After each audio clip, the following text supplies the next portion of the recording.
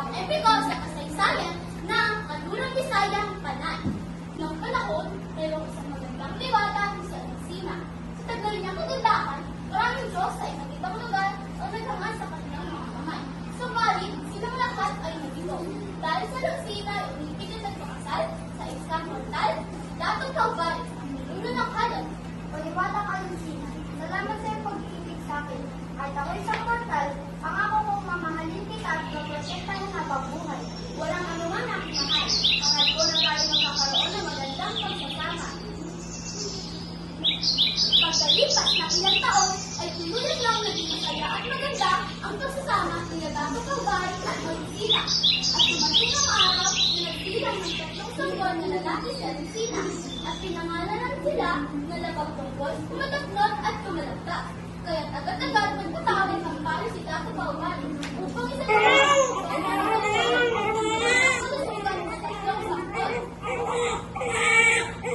Halika, simulan mo lang pinagpalbar sa akin ng mga anak. Ano ba ang 3 sanggol na inyong mga anak? Ang higas, simulan mo na ang ritual.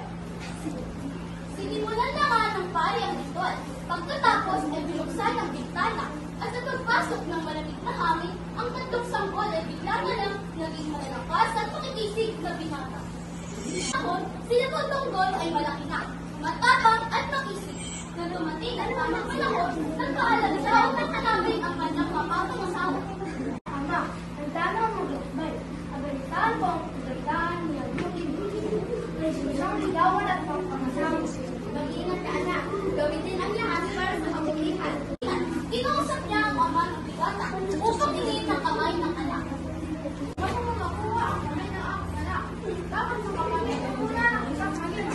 Handa akong narap ang inyong pagsubok! At sinimulan na nga ni Nababanggol ang pagpatay sa halimaw. Ya! Ya! Ya! Mamatay ka halimaw ka! Ya! Ya! Ya! At sila kinasal. Salamat, mahal kong labaw ng dahil na sinayang hando ako. Isang araw sa muling paglalakbay ni Nababanggol ay may nabalitaan siya tungkol sa isang magandang babae na nagkamalang kabiyang tuluan at agad niya itong pinuntahan. Gandang dilaw.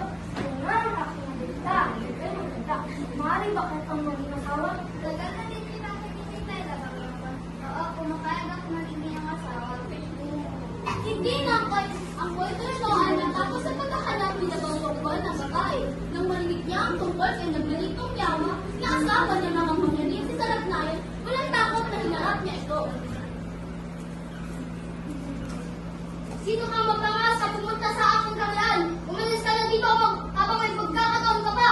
Hindi ako aalis sa lugar na ito hanggat hindi ko napapangasawa si Nagmalit kong yaw. Handa akong magpaglaban sa'yo!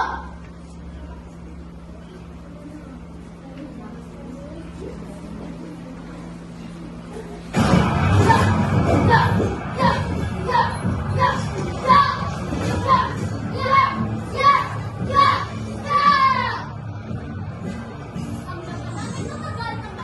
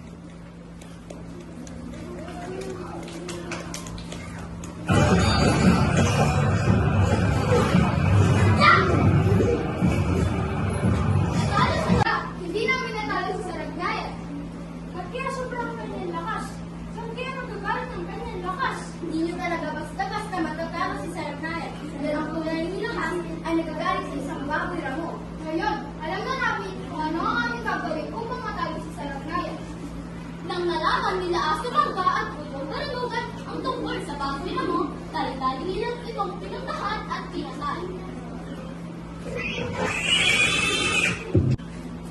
Bawal natin iwanan sila Bagtongkol. Sila ay ating panganay at gabay. Tama nga kapatid, kasama ko ang aming lakas at talino. Haharapin natin anumang laban. Muli nga nilang nakaharap sa Saragdayan at nakipaglaban.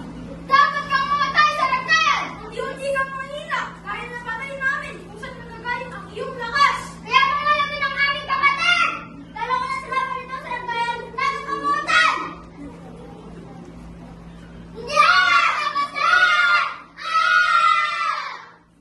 Nagkaroon ng matinding labanan sa pagkakaisa ng dalawang kapatid at mga anak nila Bagtongkol na bahal ang anting-anting na Saragdayan at siya ay natalo. Pinalayan nila sila Bagtongkol na matagal nang naghihintay. Aming kapatid! Salamat at ligtas ka na! Kung kasama ka na namin! Hindi na tayo kasi ang mga pagpalak sa uli! Nang matapos ang naging labanan nila kay Saragdayan at bumalik sila sa kanilang nayon. Kasama si Diwata na tulitong yawa at ang dalawang asawa ay nagati. Salamat naman at nakuwi ka na mga Bagtongkol. Sino ang iyong babae kasama? Siya ba ang bagong babae na Bagtongkol? Ako si Nagalitong yawa sila galit. Sinama nila ako dahil natalo na nila ang dati kong asawa na si Saragdayan. Huwag kayong mag-alala at magiging mabait ako at tutulong sa inyo. Huwag na kayong magalit. Magiging pantay-pantay ang pagmamahal ko sa inyo. Ang tatlong magkakapatid ay muling nagtagpo sa kanilang bayan. Naligaran kinagat sila ng Alonsina at Pauparin. Ang kapayapaan ay bumalik sa pamagkain ng alam.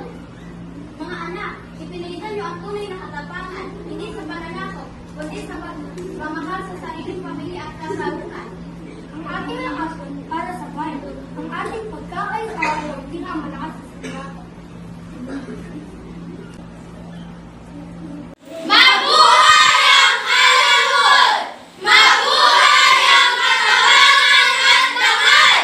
Mula noon, ang alamat ng hinilabot ay inaawit at ipinapasa-pasa sa bawat salitabi. Tanda ng tapang, pagmamahal at pananali sa kabutihan. At dito ba nagtatapos ang aming kwento, mga tauhan. Ako po si Basti, gumanap bilang narrator. Ako po si Don, gumanap bilang dato, paubaret, kumudapnon. Ako naman po si Rian, gumanap bilang ang diwatang si Abiang Alonsina. Ako po si Jean, gumanap bilang ang pari at si Asumangga. Ako po si Ryder, gumanap bilang si Labaw Turgon. Ako po si Farad, gumanap bilang Dumalakap. Ako po si Rian Angie, gumanap na Abiang Gimpikinan. Ako po si Atea, gumanap bilang Amgoy Dunuluhan. Ako po si Jacob, gumanap bilang Saragdayan. Ako po si Gavin, gumanap bilang Puyong Barangay.